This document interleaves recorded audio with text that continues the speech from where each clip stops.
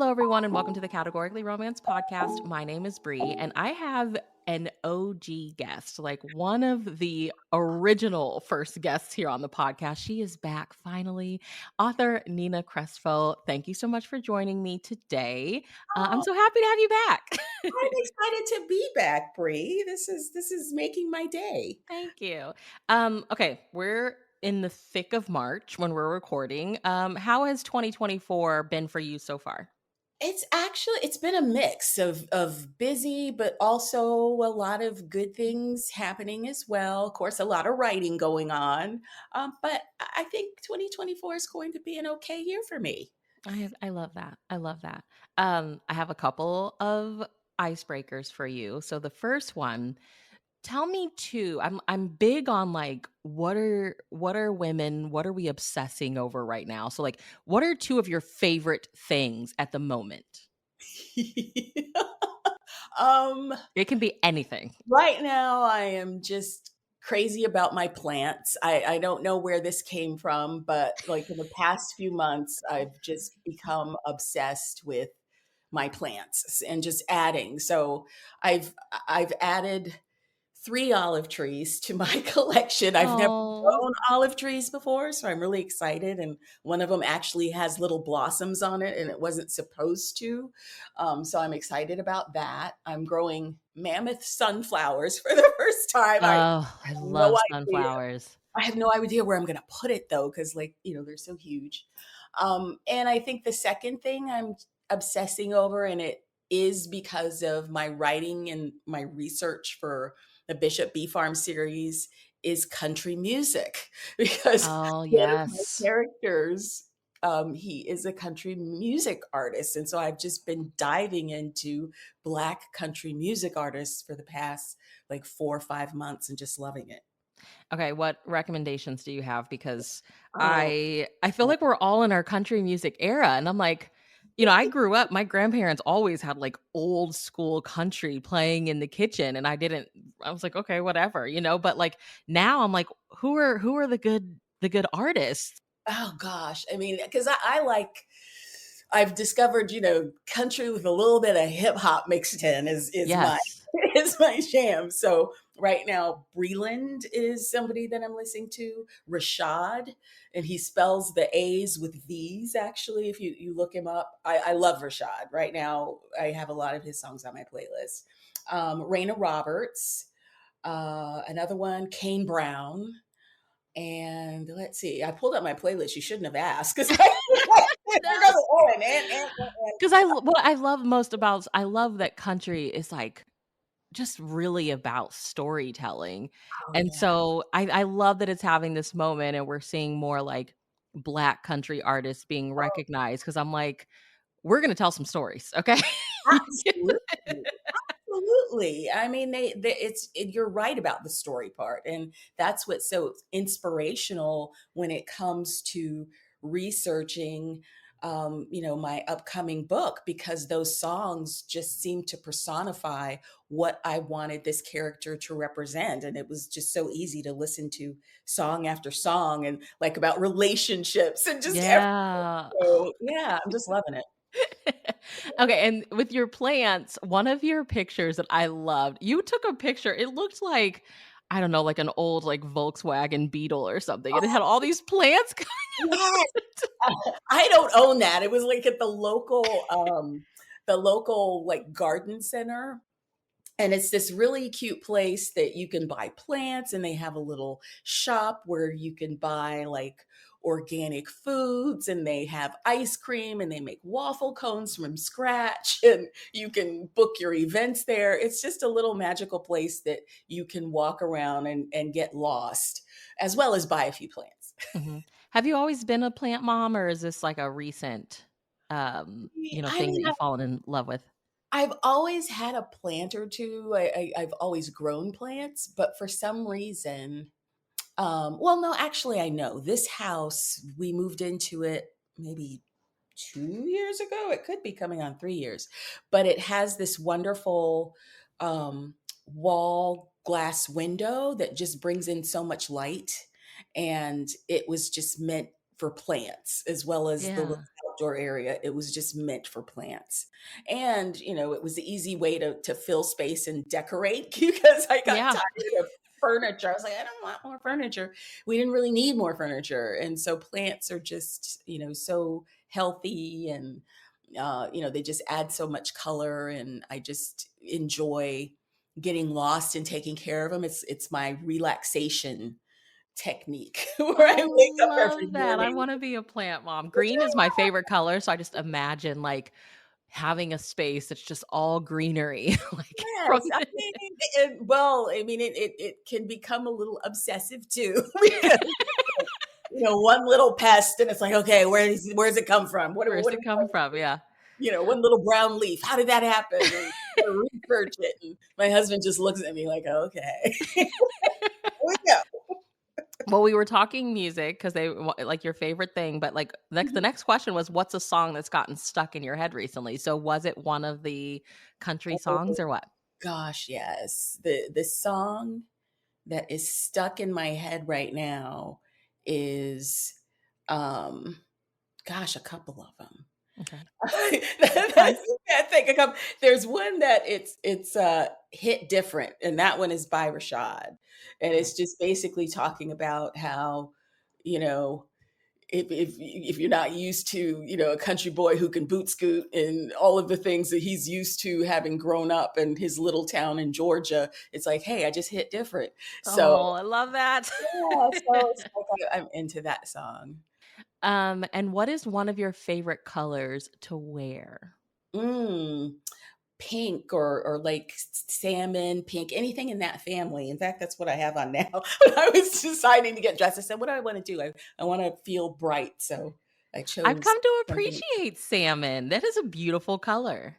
Yeah, you can find some really great hues that are just warm or bright depending on your mood. So yeah, that's my color right now. Well, another one of your photos that I loved seeing is, and I feel so left out of these things because I'm so far away, but you were at the Coastal Magic Convention, Okay. and I'm like, "You know what?" Like, I don't know, I just remember it being on, like, southern coast, and I'm like, "I lived in Georgia for 7 years, and I Oh, never went to anything, and now I live in Texas," and, like, there's stuff here, but, yes, I don't know, I feel like all the fun stuff happens on that side of the country, and I just loved seeing you at your table. So, like, what was the experience like and, like, meeting fans at conventions like that? Like, what do you enjoy about it? it's amazing. And Coastal Magic is a many of the conventions, or I should say all of the conventions that I've gone to are great. I can honestly say I haven't been to one that I was just like, "Ah, no, no, not the one I wanna go to again."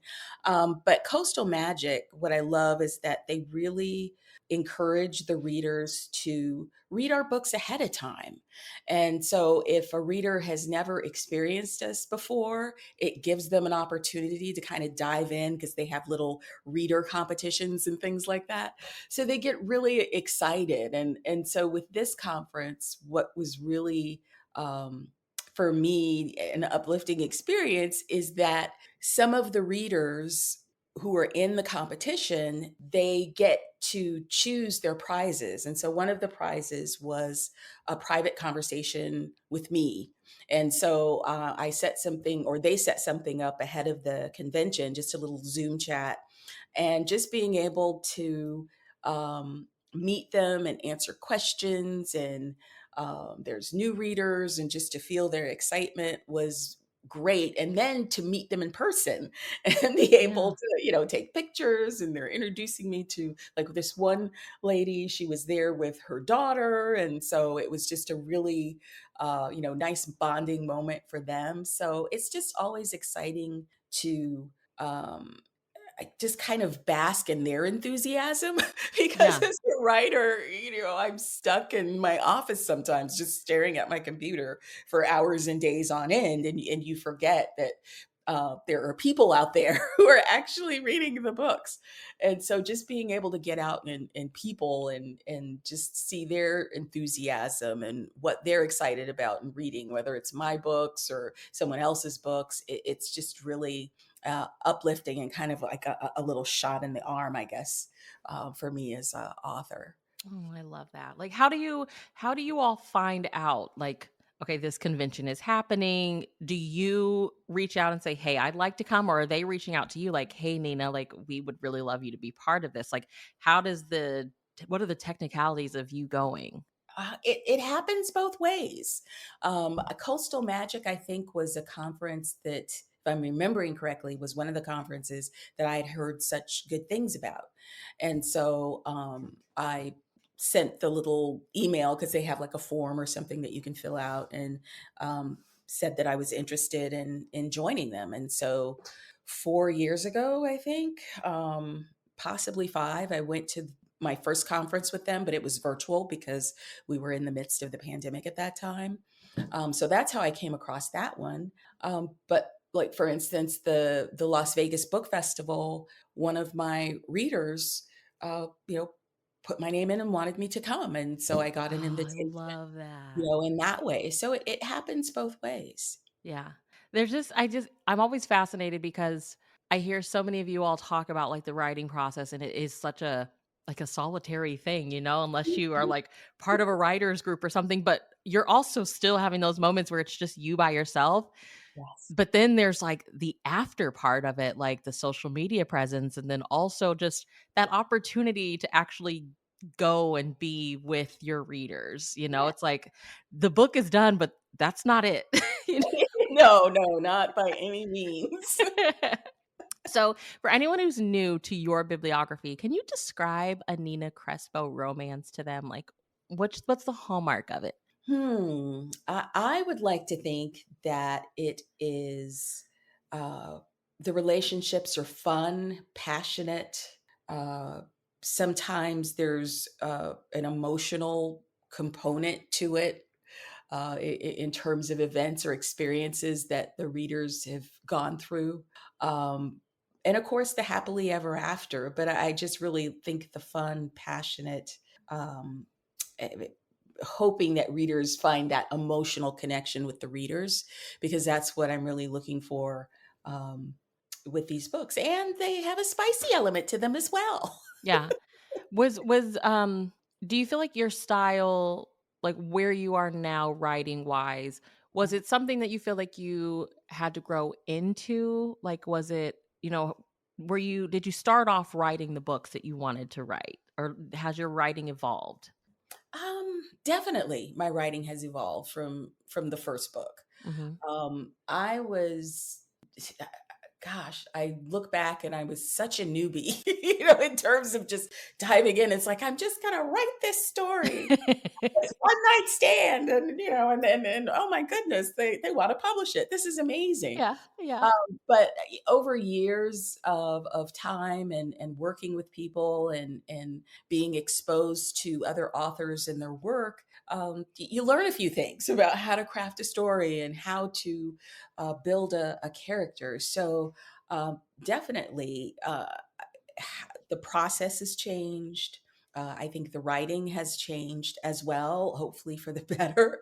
But it's a growing experience. You're always learning. I think if you stop learning, or if I were to stop learning, that's when I would worry. So I think my books have definitely evolved and will continue to evolve over time. Mhm. But I think the core components of those passionate, sometimes emotional circumstances that the readers are going through will always be a part of what I'm writing. You mentioned the process has changed. How so? A little more deliberate. I am a pantser at heart, but I have learned to be um, more of a planner when necessary to be able to build a story and do it more effectively, quite honestly, and save me some heartache, Mhm. to where I don't kind of write myself in a corner because something hasn't been planned out. So I'm a pantser, but I will plan it out when necessary. Oh my gosh. Especially with special edition becoming a little bit longer, thank goodness. We're so excited for that. But like I'm I'm trying at writing and I'm very much a pantser, and the Mhm, thought of planning makes me very anxious. But I need to hear from authors like you that are like, I'm very much a pantser, of like how mhm. you get through it, because I also feel like I have no idea what I'm doing. I will write a little bit And I'm Mhm. like, maybe I do need to actually plan a little bit because I don't know what to do next. So, like, okay, you're a pantser at heart. Uh-huh. What gets you through, especially in those moments where you're like, okay, and what needs to happen next? Do you ever have those moments?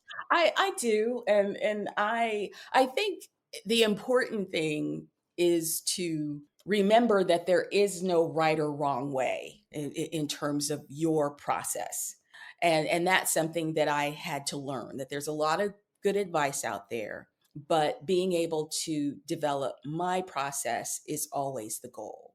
So for me, working with my accountability partner from week to week, I work with Kathy Yardley, have from book one, so she knows all my little quirks and all the little holes that sometimes I want to dive into.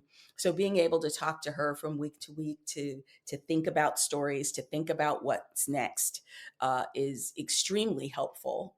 Um, and just diving into some of the techniques that work for me that might seem strange to other people. Like, for instance, I know I'm good if I can write the beginning of the story, and so sometimes I do write those first 5 chapters or so, and then I'll write the end of the book.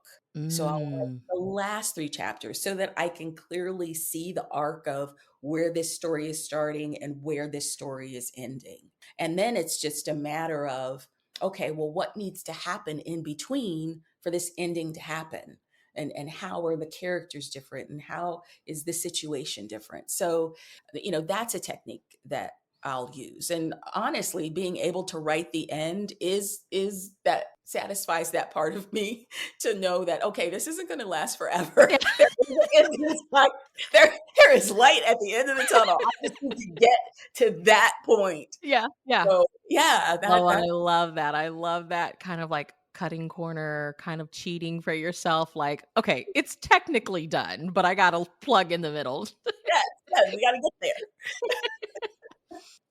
So, your upcoming title is Uh-huh. book 3 in the Fortunes of Texas Digging for Secrets miniseries Yes. called Expecting a Fortune. It has a gorgeous, gorgeous cover on it. Can you tell us what it's about? Well, for those who might not know about the Fortunes of Texas series, it's been around for a really long time. And so the Fortunes have, of course, these branches of the family, and in the mini series, they things happen. It's like a family saga, drama, soap opera type situation, which is my jam because I also like that in my books as well for my own series. But with the Expecting a Fortune, B has received some money. And so now she gets the opportunity to create her passion, which is a restaurant that's going to feature Restaurant. her mother's, down home recipes that she and her siblings have grown up for years. But there's some sabotage going on. There's some things going on that are getting in the way of opening this restaurant. And so Devin Street, who is he's everything. He owns the newspaper, he's, the reporter and just about everything from sports to local happenings, and he's also the anonymous restaurant critic. And so when things don't go as planned for B in the opening of a restaurant or on opening night, he ends up writing um, a not so favorable review, which kind of puts them on, like opposite ends of the spectrum in terms of opinions. But then they meet up later on, and there's definitely a spark of passion that leads to something more, Yeah. much, much more. It's Expecting a Fortune, and I'm not, no spoilers. If you look at the cover, you can kind of figure out what also happens in the expecting part. I was like, I can't wait for this book because I don't know if it's supposed to be funny, but when I read about the opening night being sabotaged, I was like, oh, this is hilarious. And then, of course, the hero is like the critic who gives Yes, her a bad review. Like, oh, this is golden. it So, was good. I'm always like I'm always wanting to know now, like, can you share any behind the scenes of while you were writing the book? Like, was there any music you were listening to, any shows you were watching, like anything that kind of inspired you while you were writing it, or just funny moments or anything like that? I mean, for I guess 2 things come to mind. First, because there's a restaurant that just fell, like, right into my lane because quite a few of my books have I shouldn't say quite a few. Well, they all kinda highlight the food part, but You're a foodie. yeah, like a chef's kiss, she's a chef. Both of them are chefs. And then, gosh, what? An officer in a fortune, she's a chef. He likes to cook. So being able to create a restaurant from scratch was a lot of fun. And I think the editors of, a special edition with the Fortunes of Texas series have picked up on the fact that I really get into the restaurant aspect of it. So being able to create a menu to just add some inspiration and texture and color in my mind to this restaurant, I had a lot of fun doing that. Yeah. Um, and the funny part, I mean, it's funny to me. I mean, I love pets, but I have a cat and not a dog. And so there's a dog in this book. So I had to like ask people, like, okay, what are some of the crazy things your dog does? Like, what, go make Two totally different personalities, yes. yeah, it's like, okay, so what would you be doing and taking care of this dog? Because he fosters pets. That's his other thing. He has a very full life, and so being able to understand, like, I had to learn how to take care of a dog. Yeah. Like, how do we take care of For the dog? research purposes. Yes, because of course, if you're not taking care of the dog, by the end of the book, someone's going to be like, okay, Yeah. this dog hasn't eaten, this dog hasn't gone for a walk. What is happening? Where's the Character totally neglected dog. yes, exactly. Well, this isn't your first time writing a Fortunes of Texas romance. So like what do you enjoy about like being part of these continuities? The continuities. eh, I mean, first of all, it just, and this is probably the nerdy, geeky part of me. I love when, nerdy geeky here. I love you it. know, when you look at the list of like how many Fortunes books have been written, and to be able to like, I think I came across something, and I don't remember the number, but like. An Officer in a Fortune was book number 90 something, I think, Mhm. which means these other books that have come after that I've written are like number 100 and something. So that just blows my mind to be a part of a series that is, an iconic part of Harlequin, and it's gone on for so long. I mean, that to me is it just makes me giggle inside as I think of 13, 14-year-old me stealing Harlequins from my sister's bedroom. Who knew that I would be writing them someday? The other part of it is that it does for me it is stretched a few writing muscles in terms of one, the collaboration part, because I'm working with 5 other authors to build a story, and there are certain elements or pieces of the continuity that have to be there, and so finding out and exploring how to make all of those pieces work, and having a story that, yes, I get to put a lot of my own creative energy into it, but the framework is something that is given to me in the story Bible, right? It's saying this has to happen with these characters. And so again, it just for me has been stretching a writing muscle to say, okay, writing this story and putting in all those elements as well as collaborating with the other 5 authors. Yeah. Well, are you working on anything now that you can tell us about, or like is there anything coming up next from you after this one, Expecting a Fortune? Well, as far as next book after Expecting a Fortune, something fun that I'm excited about is the re-release of A Chef's Kiss, but it's part of a duet with Robin Carr's re-release. It's called Dreaming of a Bright Christmas. So those 2 books are in a little duet together. Oh, I So love I'm that. like, "Oh, yay!" Because A Chef's Kiss is one of my favorite books. So, being able to have that story shared, with readers as part of Robin's book is quite. It's a happy thing, it's a happy situation. And again, I look at it and come full circle in terms of my writing experience and say, wow, this is pretty cool.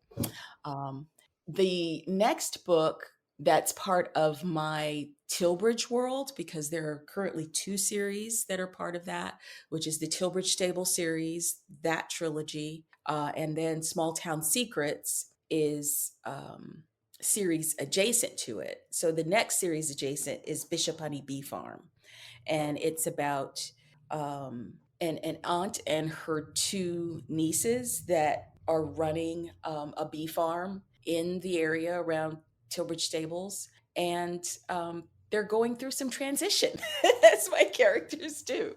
So in the first one, Brooke Bishop, she is basically what they call the bee whisperer, but she's a bee whisperer who doesn't want to work with bees. Okay.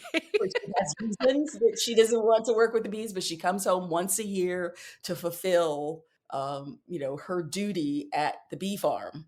And she runs into Gable Kincaid, who is the country music star, who no longer wants to be a country music star Oh for god. various reasons. So they share a similarity in that part, and they go on a little journey in bee land, if you will. So And one of their titles, you have a book that's been recently, like, been put on audio. there's, I actually have, I forget how many in audio, but let's see. Oh my gosh, it's the designer one. Yeah, Chef's Kiss and The Designer's The Secret Designer's Secret. are Yes, both. I just always see the cover. I just Well, always yeah, think of that gorgeous cover. I'm like, "This is on audio now?" it's one of my favorites, and at the moment, it's actually on sale. So that's probably why you're seeing it come up a little bit more recently. But yeah, those two books are in audiobooks, and then from other series that I've written, there's audiobooks as well. How does that happen? Because I get friends that'll ask me that are kinda new to category, like, "Do they do a lot of audio?" And I'm like, "Not really." But then all of a sudden, like, you'll get a newsletter or you'll get on an author's website and you're like, "Oh my gosh, like, this book is on audio." So is that you or is that the publisher? Oh, that's totally the publisher. Okay. Um, because it's just one of those things where you get an email one day and it's like, okay, here is the landing page for your audiobook. That is We are happy to awesome. let you know that this is going to be, your series is going to be released in audio. That's kind of like how it happened with and my other publisher, Entangled. They're like, okay, well, all five of your books are going to be in audio now. Like, yay! So that's always a good thing. Well, where can everyone keep up with you online? Like, plug all your stuff. Oh man, well, you can find me at ninacrespo.com.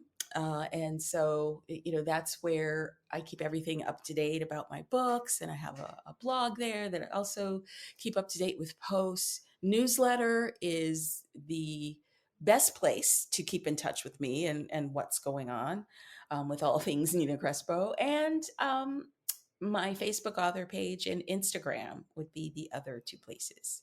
Please post some plant pictures for us.